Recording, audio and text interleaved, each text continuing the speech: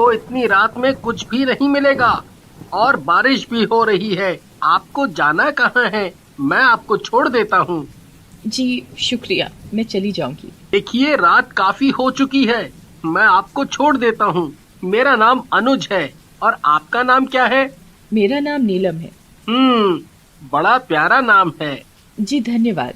और एक कब्रिस्तान के पास पहुंचकर नीलम कहती है, अनुज आप गाड़ी यहाँ रोक दें, मेरा घर यहाँ पास में ही है। पर यहाँ तो कब्रिस्तान है।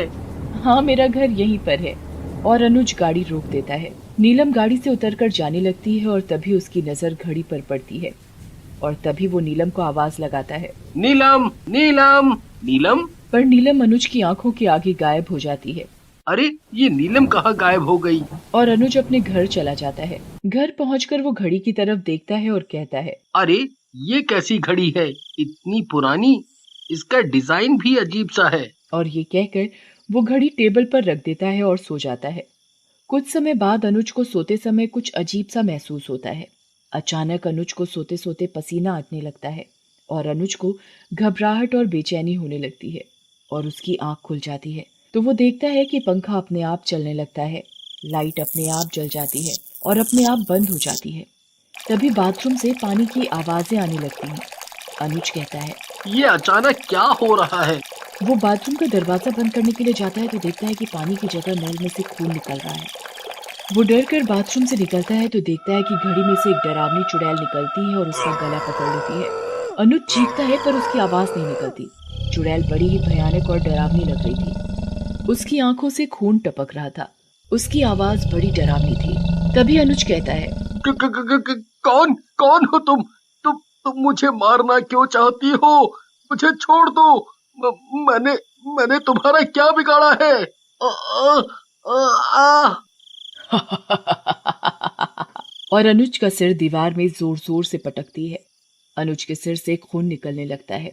चुड़ैल तब तक अनुज को नहीं छोड़ती जब तक उसकी मौत नहीं हो जाती। अनुज की मौत हो जाती है और घड़ी फिर टेबल पर होती है। और तभी अनुज की मौत की खबर सुनकर अनुज का दोस्त नवीन आता है। इतनी बेरहमी से किसने मारा? कौन मार सकता है? अनुज का तो किसी से कोई लड़ाई झगड़ा नहीं था और ना ही कोई दुश्मनी थी। फिर कौन ऐसा कर सकता है? कौन कर सकता है?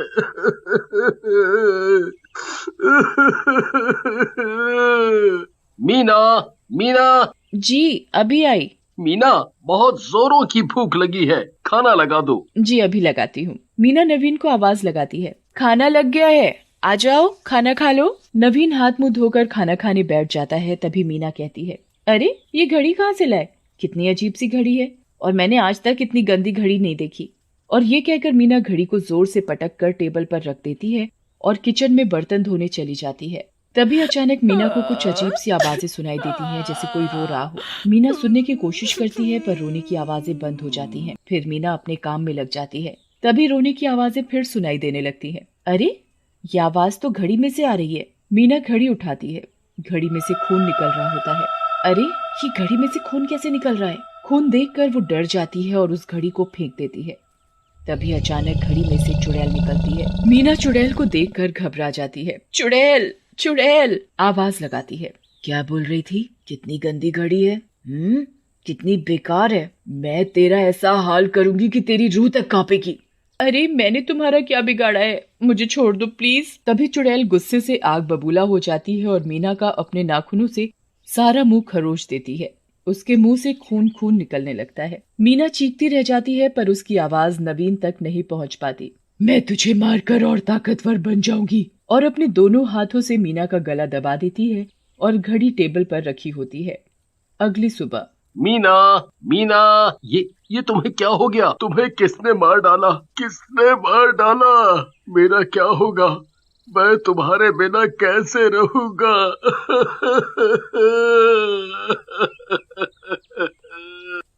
नवीन जोर जोर से रोने लगता है। मीना की मौत भी एक रहस्य बनकर रह जाती है। उसकी मौत का किसी को पता नहीं चलता कि आखिर मीना की मौत हुई तो कैसे हुई। और कुछ दिनों बाद एक रात एक चोर चोरी करने के लिए नवीन के घर में घुसता है। अरे, यहाँ तो काफी कीमती सामान रखा हुआ है। जो भी कीमती सामान है मैं उठाकर थैले में डाल लेता हूँ। इसके तो दाम भी बहुत अच्छे मिलेंगे। चोर सारा कीमती सामान थैले में डाल चुका होता है, तभी उसकी नजर टेबल पर रखी घड़ी पर पड़ती है। अरे ये कैसी घड़ी है? ये तो बहुत पुरानी लगती है। इसके तो बहुत दाम भी मिलेंगे। मैं इसे बेचकर अमीर बन जाऊंगा और आराम से ऐश की जिंदगी जीऊंगा। मुझे चोरी भी नहीं करनी पड़ेगी और मेरी धर्मपत्नी भी खुश हो जाएगी। चोर नवीन के घर से सारा कीमती सामान और घड़ी चुरा कर निकल जाता है और घड़ी के साथ साथ चुड़ैल भी चोर के पीछे पीछे चलने लगती है। तभी रास्ते में उसे लगता है जैसे कोई उसका पीछा कर रहा हो। चोर पीछे मुड़कर देखता है, कोई नहीं होता। चोर जल्दी जल्दी चलने लगता है, तभी एक हाथ आकर उसकी गर्दन पर पड़ता है। अरे कौन है भाई? पीछे देखता है, कोई नहीं होता। कौन परेशान कर रहा है? लगता है मुझे आज ज्यादा चढ़ गई है। तभी चोर बीड़ी पीने के लिए माचिस जलाता है। आग को देखकर चुड़ैल गायब हो जाती है। चोर भी अपने घर पहुंच चुका होता है और अपनी पत्नी को आवाज लगाता है। अरे चमेली, सुनती हो? देखो आज बहुत ही तगड़ा माल हाथ लगा है। अरे वाह, अब तो हमें किसी चीज की परेशानी नहीं होगी और तुम्हें चोरी भी नहीं करनी पड़ेगी। चमेली कीमती सामान देखकर बड़ी खुश होती है। अरे ये कैसी घड़ी है? आय हाय, कितनी पुरानी घड़ी है। इसे क्यों उठा लाए? इसका तो दाम भी नहीं मिलेगा। अरे तुझे क्या पता, बाजार में पुराने सामान की बहुत कीमत मिलती है। अब तू ये सब छोड़ और खाना लगा दे। आज तो खाना भी स्वाद लग रहा है। लगता है खुशी के मारे कुछ ज्यादा ही खा लिया। मैं तो चला सोने। आज चैन की नींद सोऊंगा। हाँ हाँ, सो जाओ, मुझे तो अभी रसोई का काम निपटाना है। और चमेली रसोई में बर्तन धोने लगती है। तभी पीछे से चुड़ैल चमेली की चोटी पकड़कर खींचती है। अरे क्या हुआ? मेरी चोटी क्यों खींच रहे हो? पर कोई नहीं बोलता। अब क्या तुम्हारे मुंह में दही जम गई है? काम करने दो, बहुत काम पड़ा है और तुम्हें मजाक सूझ रहा है। पर कोई आवाज नहीं आती। चमेली पीछे मुड़कर देखती है तो उसके होश उड़ जाते हैं। एक भयानक चुड़ैल उसके पीछे खड़ी है। एक हाथ निकलकर चमेली की गर्दन पकड़ लेती है। क्या बोल रही थी? मैं कितनी पुरानी खड़ी हूँ और बेकार भी, मेरे कोई दाम भी नहीं देगा। चमेली का गला और जोर से घोटने लगती है। तुम कौन हो? मुझे छोड़ दो, मुझे मत मारो। छोड़ दूं? नहीं, कभी नहीं, मैं तुझे मार डालूंगी। जैसे चुड़ैल चमेली का सिर दीवार में मारती है तो चमेली का हाथ लालटेन पर लग जाता है और आग निकलने लगती है। आग देखकर चुड़ैल गायब हो जाती है। अजी सुनते हो? अरे मुझे चुड़ैल से बचाओ, ये चुड़ैल मुझे मार डालेगी। अरे भगवान, क्या हुआ? क्यों चिल्ला रही हो जैसे कोई चुड़ैल देख ली हो? हाँ हाँ, चुड़ैल ही है। और चमेली अपने पति को सारा वाकया बताती है और कहती है, कल ही हम तांत्रिक बाबा के पास चलेंगे। मैं एक पहुंचे हुए बाबा को जानती हूँ, वो ही हमें इस चुड़ैल से पीछा छुड़ा सकते हैं। अगले दिन तांत्रिक बाबा के पास पहुंचकर, बाबा हमें बचाओ, इस घड़ी में चुड़ैल है, ये तो हमारी जान के पीछे हाथ धोकर पड़ी है। क्या हुआ बालिके, तुम ऐसे क्यों कह रही हो? इस पुरानी घड़ी में ऐसा क्या है? बाबा, जो भी इस घड़ी की बुराई करता है, घड़ी उसे मार डालती है। ऐसी बात है क्या? चलो मैं भी इस घड़ी की बुराई करके देखता हूँ। बाबा भी घड़ी की बुराई करने लगते हैं। हाय हाय हाय हाय हाय हाय, ये कैसी घड़ी है?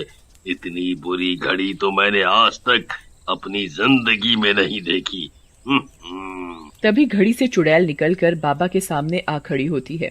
कौन है जो मेरी बुराई कर रहा है?